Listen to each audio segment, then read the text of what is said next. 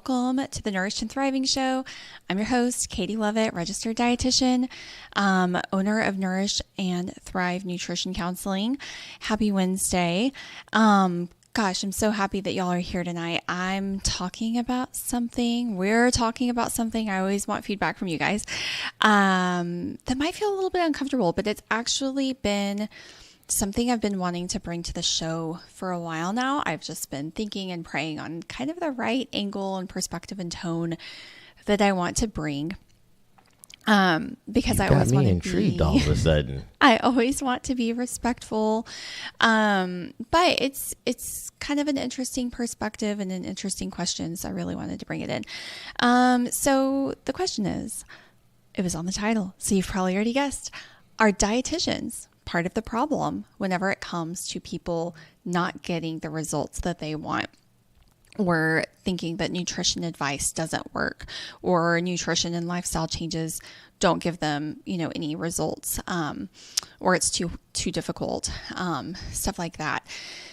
Before you guys jump to conclusions, before we, just completely write dietitians off and blame them for all of our health woes, this is not about that. I am a dietitian, so hold yourself there for a sec. But it is kind of about taking a step back and asking why so many people feel like they're doing everything right and still not getting results, still not making progress, still suffering, still struggling with many health challenges in their day-to-day lives. So that's what we're going to talk through. I'm going to share my perspective with you guys on that. Before we do, please go like this episode if you like what we're going to be talking about. If you have not subscribed to our channel, you need to go subscribe. My kids sometimes watch YouTube in the living room, and I kind of listen in the background to make sure I know what they're watching, because I know some sketchy stuff can be on YouTube. And I've been noticing this random trend where I've heard in the background these things like, if you don't subscribe by the time I count to 3, this spider is going to be in your bed tonight. Have you guys heard this? This is my son's RC spider. This thing is like RC, and it has wheels and it crawls, and it's pretty creepy. It has red eyes. Look, let me see. Red eyes when you turn it on. Oh, it's not going to. Oh yeah, you just can't see it with all the lights. There you go. It's creepy. I wouldn't want this in my bed. Let's see if it works. I don't know. It sounds like pretty fear-inducing whenever my kids are listening to it.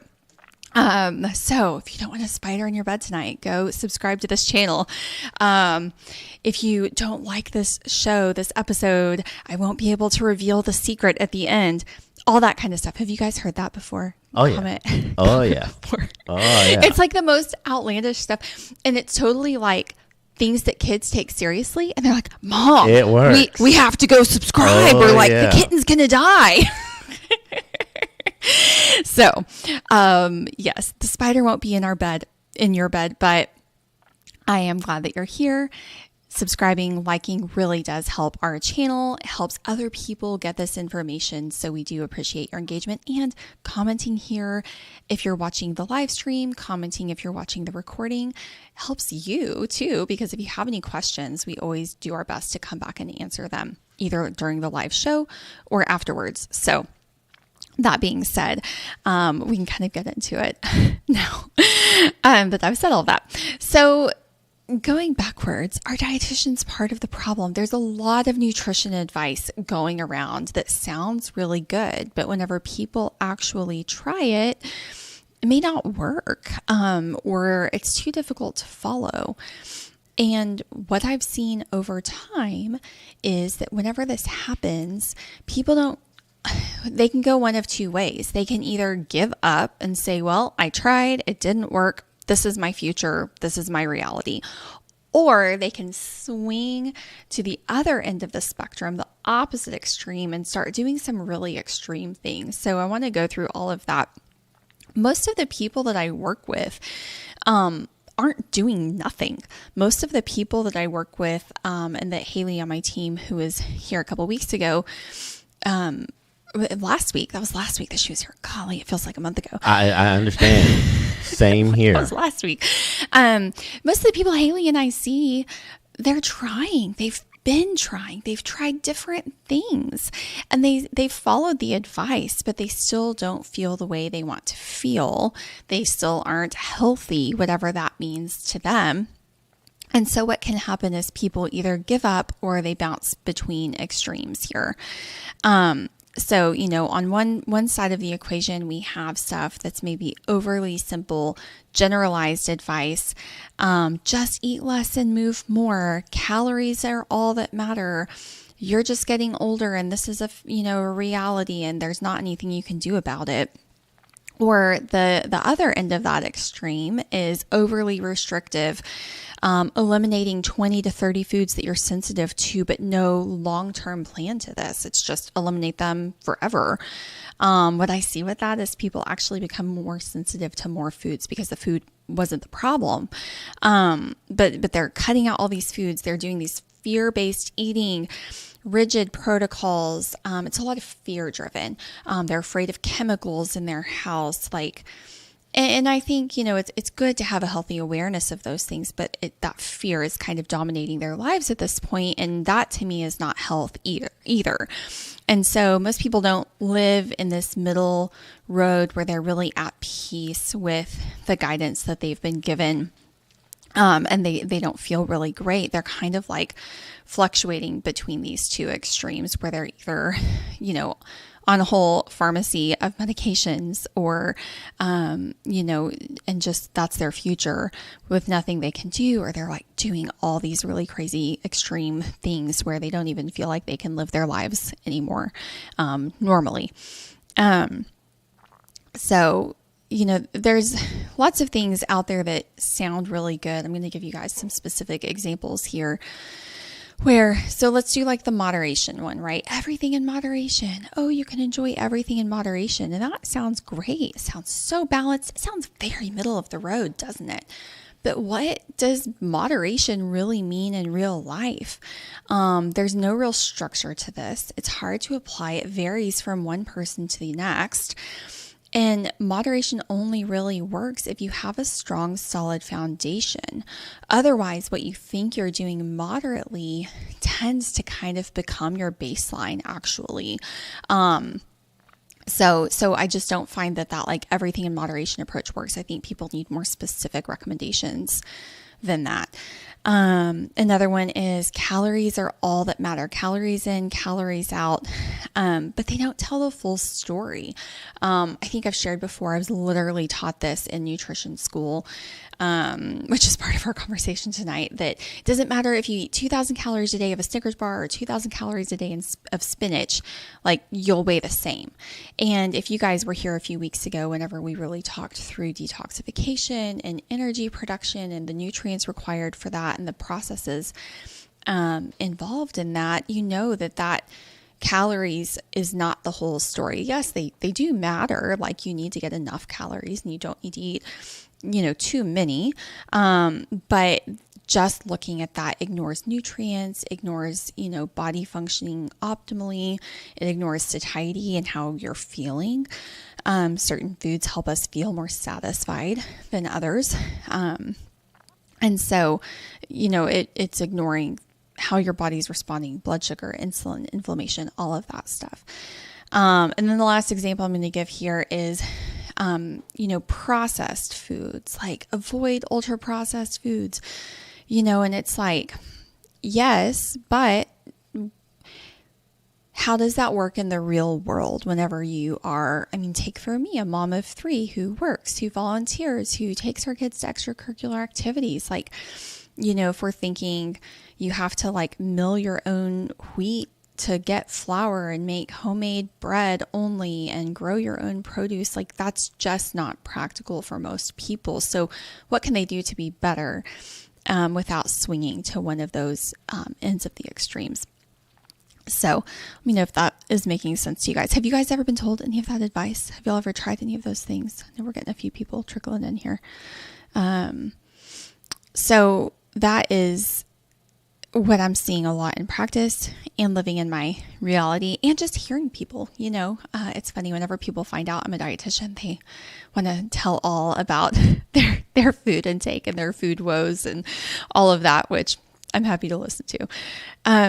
But part of the reason that this advice is so common, I don't know if you've guessed yet, but the dietitians tend to be over here on this more conservative end of the spectrum with recommendations. And it's how we're trained, honestly. It's how dietitians are trained. I was trained this way too. I already said that, about calories. We're really trained to help with the general population. There's an emphasis on safety and being evidence-based, where it's designed to avoid harm to patients or potential harm. And I think a lot of the time dietitians, I don't know if you guys know just how broad the scope of dietetics work is. So we are in hospitals calculating tube feedings and TPN, which is like IV nutrition for people whose guts are completely shut down. We are running cafeterias in the hospitals. We're managing all of the cafeteria staff, managing all of those menus, all of the food prep. We're doing WIC, women, infants, and children. We're managing the school lunch programs and school breakfast programs on almost a non-existent budget a lot of the time. And then, we're functional dietitians. We're in private practice. We're managing diabetes education with type 1 diabetes kiddos at camp in the summer and teaching them how to manage their condition. I actually got to intern there in college. It was super cool at this camp in Oklahoma to see these kids, thriving in this environment. So we're in a lot of different places, and you guys probably know, like teaching to the test, right? Here in Texas, our kids took the STAR reading test, our 3rd through 5th grade. I think 3rd graders and up. I just have elementary aged kids. Took the STAR reading test this week. The teachers, to a certain extent, have to teach to the test so that the kids can pass the test and pass the grade and all of that. Well, dietetic students and pretty much any kind of a student that's having to take a board exam is also getting taught to the test. And about 50% of the dietetics board exam is actually food service and cafeteria management. And so they're having to teach heavily on that. That was one of my second longest rotation in my internship. Dietitians have to have like 1,200 hours of unpaid internship. Oftentimes they're actually having to pay to get these internships and then have their degree before they can sit for this board exam. So there's very general guidance, because what these dietitians go and do can be a whole lot of different things. And so these colleges are really equipping them to go out and do any number of things. Now, dietitians are now required to have a master's degree. It was a bachelor's degree when I was in college. Thankfully, we were grandfathered in and I'm not required to go get a master's. So it may have the opportunity to become a little bit more specialized at the master's level now. I actually do a little bit of guest speaking at Texas Women's University on insurance billing. I have some interns able to shadow me for more functional nutrition and private practice stuff. And those opportunities were not really available when I was a student. So hopefully they're getting, more in-depth opportunities on specific subjects that interest them. But generally speaking, it's very general population health, guidelines for the nation. And so, oftentimes it's very broad, and so it fails to go very deep on any certain subject. And so what happens is that sometimes it's not deep enough for someone sitting right in front of us to really go beyond that surface level, unless someone like myself and like Haley has taken a lot of continuing education and courses and really had the client experience to be able to apply and implement the learning and connect those dots to be able to help people. Does that make sense?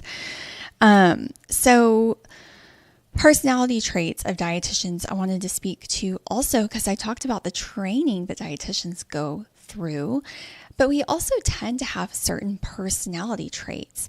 Have you noticed ever how different professions tend to have kind of different personality traits that they're kind of known for? And it's general, it's not always, it's not a hard and fast rule. There are exceptions. But this is kind of why certain people are drawn to certain professions and then excel in them, is because different professions kind of require different personality traits in order to make it easier, in order to thrive, in order to do well. So, it's not unique to dietitians. So like one example is surgeons, right? Surgeons, I want a very confident, very decisive surgeon who is not going to hem-haw around in the operating room. He's going to know, or she's going to know exactly what needs to be done. And if an emergency arises, something unexpected comes up, they have the confidence to navigate that quickly, because sometimes they have to act that way. But sometimes that can come across the other way, and they can come across a little bit overly certain or have like the God complex, right? Have you guys heard of that, where they can do anything? But that ego is also integral for their success in their profession. Engineers, my dad's an engineer, so I can give him a hard time. They're logical and systems thinking. They want everything to fit into a box and make sense logically. But human behavior doesn't always follow those clean systems. And so if they're working with people, sometimes the people part of that equation can get overlooked, and so something that should work or should go a certain way, whenever you throw people into the mix, it may not always line up or go as expected. And then the last example I'm going to give before we jump into the dietitian's personality is like a fitness coach, right? Fitness coaches tend to be very disciplined, very action oriented.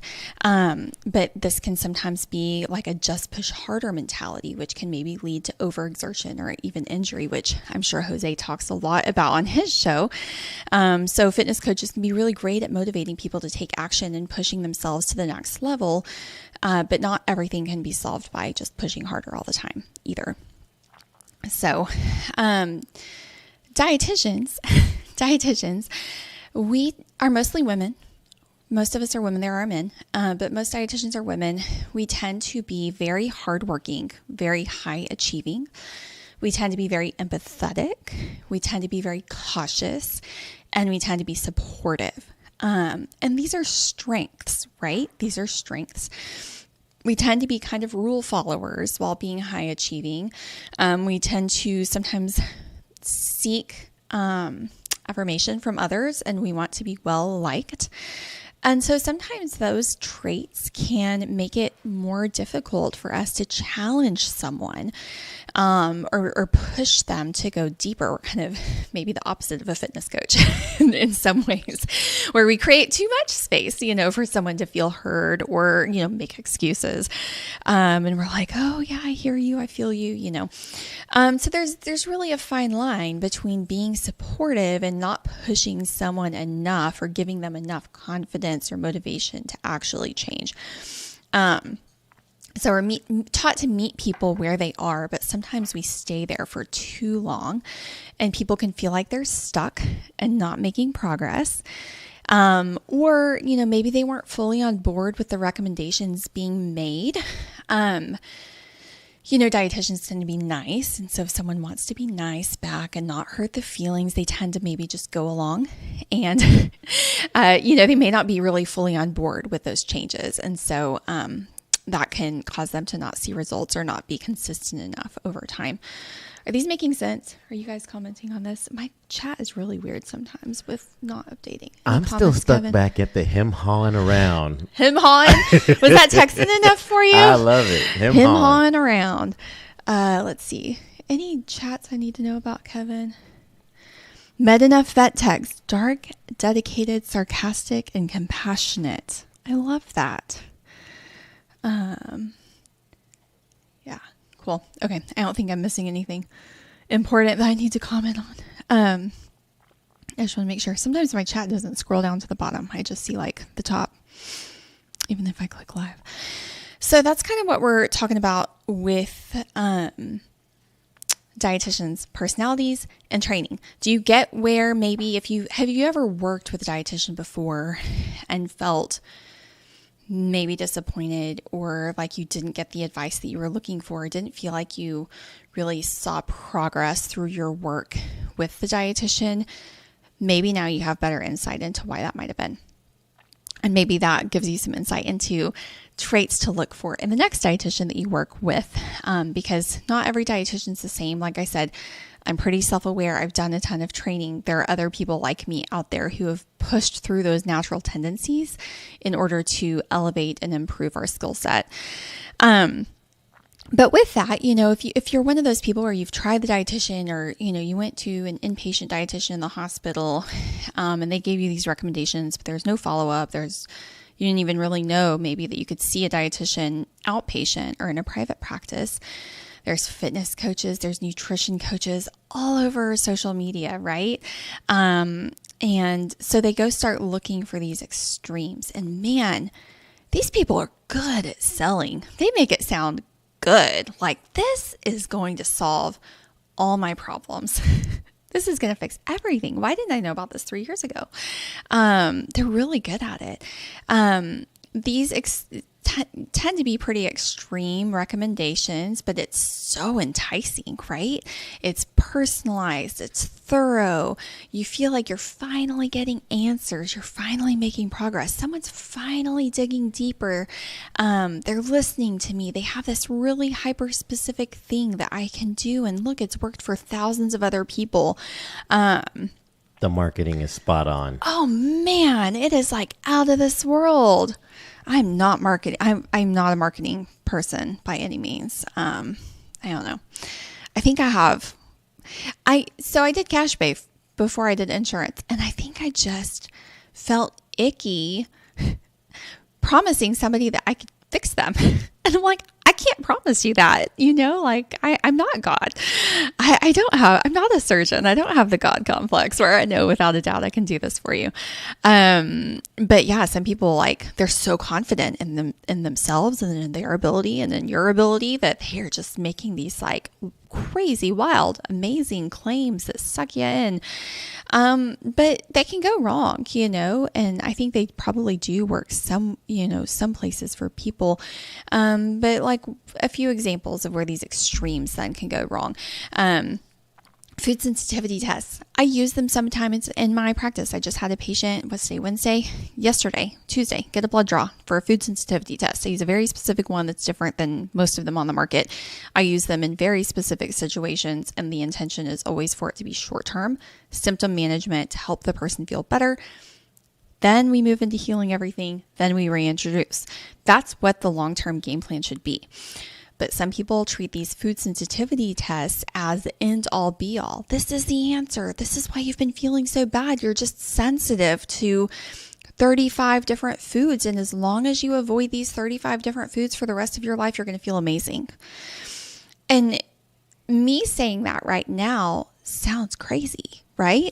It doesn't sound like that should be all it is. It doesn't sound like, but why am I sensitive to 35 different foods like I didn't used to be? Is everyone just sensitive to all these foods all the time? But the marketing is so good, that they really make it sound like, oh yeah, this is all I need to do. But the problem is, like I said, it's not getting to the root.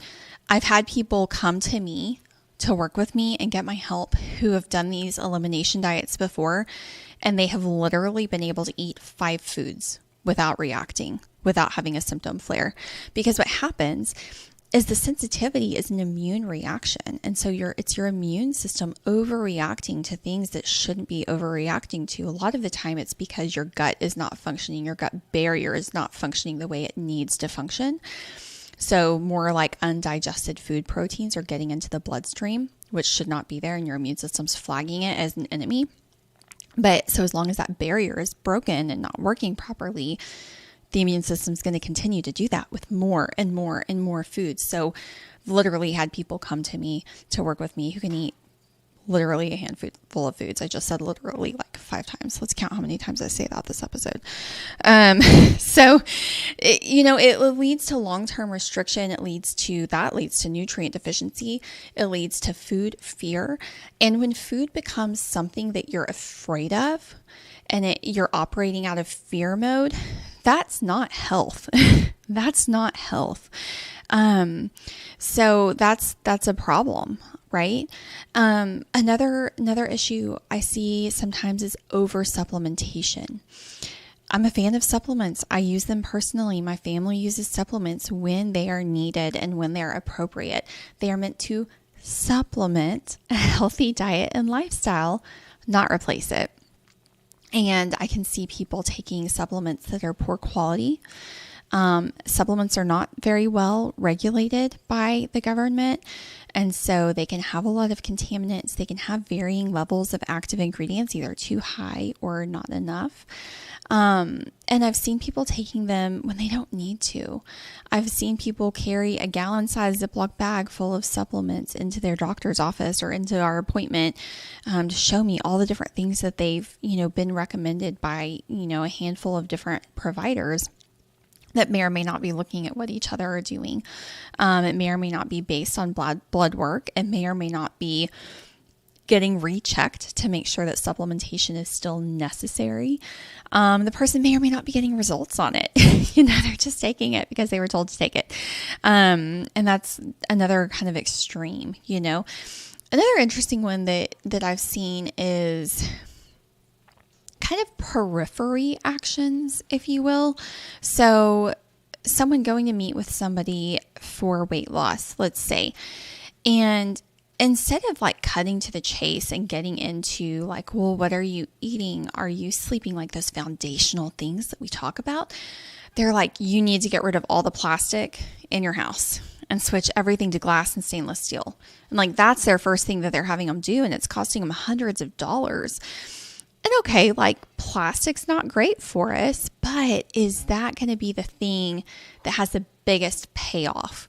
You can see this Hack Your Blood Sugar book behind me. I actually have a surprise next week for you guys. The author is going to be on the show, so you're going to want to make sure you join me for that. Karen Kennedy, she's incredible. But she says in that book, she talks a lot about this concept, and I love it. It's the 80-20 rule of what 20% of your actions will get you 80% of results, instead of what 80% of actions will get you 20% of results, right? So the return on your investment is not massive. As great. Oh, yeah. It's huge. Oh, yeah. It's not as great whenever you're looking at doing these more periphery things. And so I know it's boring to tell you to go eat your vegetables and stop going through the drive-thru as often and drink your water. But those are the things that are ultimately going to have the largest payoff on your health. So that's another kind of extreme thing I have I see is telling people, go buy this whole home water filtration system before they're telling them to just eat nutrient dense foods. You know what I'm saying here? Let me know if that makes sense. So there is a middle ground. There is a middle ground to this. And that's where real progress happens. And this is not in my notes, but I'm going to say it because it's been something I've been kind of reflecting on after I typed my notes up of something I want to say because it's very important. I used to run this big 6-month group program. And it was a group hybrid. So I'd meet with the patient some, but then it was also kind of they worked through it on their own time. And one of the worksheets I created for this was about them defining what they wanted. What does healthy mean to you? Because I bet that for everyone watching this live, it means something slightly different. And a lot of the times people never really stop to think about it. So you're never happy with the results because you've never thought about what you actually want your destination to be. Does that make sense? So before you start making all of these changes and getting frustrated with your results, stop and think about what would I be really happy with? What would make me feel really good? What do I want my life to look like in, 10, 20, 30, 40, 50 years? What do I want to be doing? Who are the people I want to be surrounded by? How do I want to be spending my time? Think a little bit bigger than just, I need to go improve my diet. That sounds really miserable. Whenever you have a big why and a big motivation, it helps you stay focused. It helps you stay motivated in those moments. So I just really want to encourage you guys, go spend some time just thinking about it. Go on a walk. Whenever you're driving, I drive a lot these days. So whenever you're driving, think about it. What do you want your life to look like? Dream a little bit and write it down somewhere so you can come back to it. Write it on a piece of scratch paper and tape it to your bathroom mirror, whatever works. But somewhere that you'll kind of see it. And then as time goes on, ask yourself, is that still what I want? And the answer might be no. And that's okay. You can change your mind. You can change your definition of health. Sometimes you don't know if it's what you truly want until you get there, until you experience it, right? And don't forget that a lot, if not most, of the joy in life is about the journey and not the destination. So keep that in mind too. Don't always be striving for the next destination. Enjoy the journey too. That's what it's for. It's hard to enjoy the journey if you don't feel your rest. So fuel yourself so you can feel your best on the journey. It's like all the off-script stuff I'm going to do. Hopefully that resonated for somebody. So what is this middle ground? First, define what healthy means for you. Where are we going? What does this mean? What do we want to do here? Because your definition of healthy, I've said this before, your definition of healthy is different than my definition of healthy. What you want your life to look like is different than what I want my life to look like. And that's awesome. That's what makes all of us individuals, and that's really beautiful. But once you are able to define that, we can take a personalized approach that's not extreme. Now we know where you want to go. We know what you want to achieve. So now all we got to do is draw the map to get you there. That's the easy part for us. But I can't guess what you ultimately want. I can't guess at that. And if I try to, you're not going to feel happy or fulfilled with where we end up. The middle ground is personalized. It's not extreme. It is evidence-based, but it's also human-based. It's also taking your experience into the equation. I think that's sometimes where dietitians and scientists in general can miss the mark. We're just looking at the research articles. We're not looking at the person, and it can be structured but realistic. It's all about meeting you where you're at while still pushing you to do better for yourself and to make choices that are more in line with your goals. So if something feels, to kind of wrap this up, if it feels like it's too simple for it to work, or you've tried it, sometimes the simple stuff actually does work and people are like shocked. Their mind is blown. Just like Haley was saying last week, she used to like eat out of the bag and she learned in nutrition school not to do that. People are like shocked that just putting their snack into a bowl or onto a plate can have huge effects because it helps limit your portion size. But it sounds like something too simple to work, right? So that's not what I'm talking about here.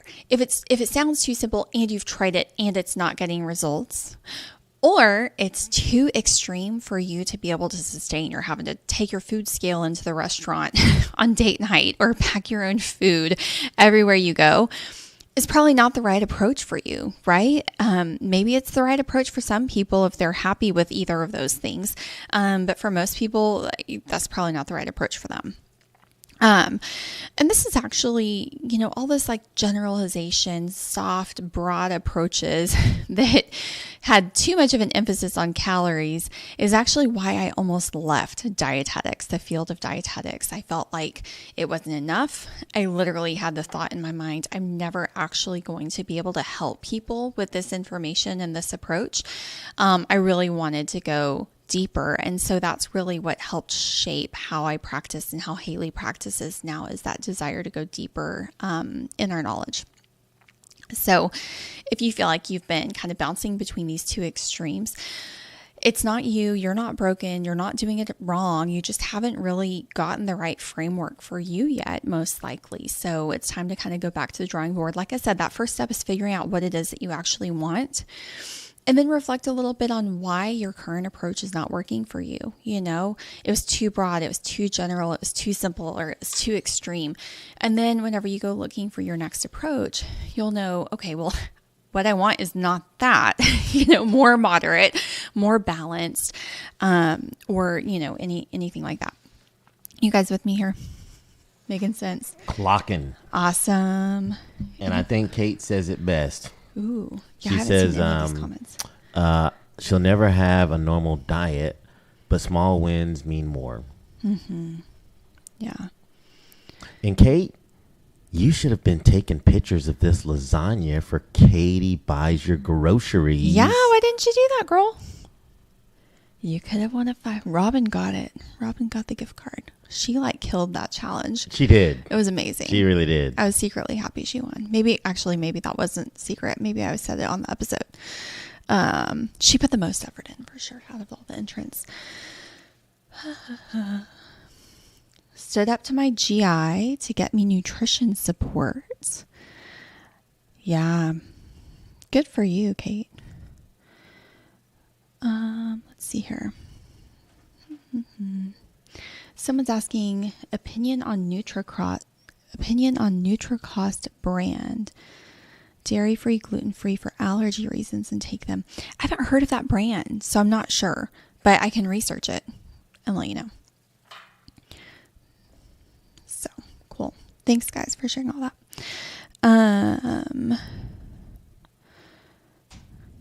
Kate, is NutriCross like a you said TPN. Oh, Robin said she ordered her first order from Sunbasket for next week. I'm going to Google. I'm going to do what me and Haley did last week. We have time. NutriCross. I don't know what it is. I'm private practice, so I don't do TPN and tube feed calculations anymore. Let's see here. What are you ordering from them, Kate? I don't know. They got a lot of products. I wasn't expecting this. I was expecting like a shake type thing, protein shake. I don't know. If you comment, I'll respond and let you know my thoughts. I probably need to research the quality a little bit and know more about what you're looking for. Cool. So this process, this approach, I've thrown me and Haley out there as examples this whole episode. This is what we do at Nourish and Thrive. Take all of this, apply it in a way that works in real life. It's not about doing everything perfectly, right? That's not reality. We're all in search of perfect. We all crave as humans perfection. And I think that's really beautiful. I think you guys know, most of us here on the Nourished and Thriving Show, or on the Nourished and Thriving Show, I'm the only one on the Nourished and Thriving Show, on Eclipse Network, we're all, believers, we're Christians. The only thing that's perfect is God. And I think that's a really beautiful part of his creation is, creating us to desire perfection, because it really makes us, ultimately, we're desiring God whenever we crave that perfection. So, just realize nothing is perfect except God. So don't hold yourself to that standard and then feel like a failure whenever you don't meet it. Right? Yeah. Oh yeah. But see God, and you can get your fulfillment of perfection through that. It's not about doing everything perfectly, but it's about trying your best to give your body what it needs consistently over time. So if you're curious about what your body needs, make sure you click the link in the description. This is the second week I've pitched this. I made a handout. I actually designed it for our patients at Nourish and Thrive, but it's so good. It's such good, foundational information. And the idea for it actually came from the show. So I wanted to share it with you guys too. It's a handout. Remember whenever Keith did the food journal and I went through it for him a few episodes back. So I put into a handout the things that I'm looking for and that Haley's looking for whenever we're reviewing food journals, whenever we're telling people how to eat. So I think the name of the handout is what is healthy eating? Because I think that gets confused a lot, right? What is healthy eating? So that's a great handout. Whenever you go click that link and sign up for emails from me, I don't send them out very often, honestly, because I forget.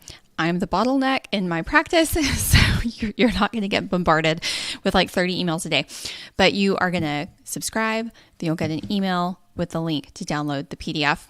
I think it'd be really helpful for you guys. So go check it out if you're needing more information. It's a great place to start. Of course, if you'd like to schedule an appointment, send me a message on Instagram or check out my website and you can do that.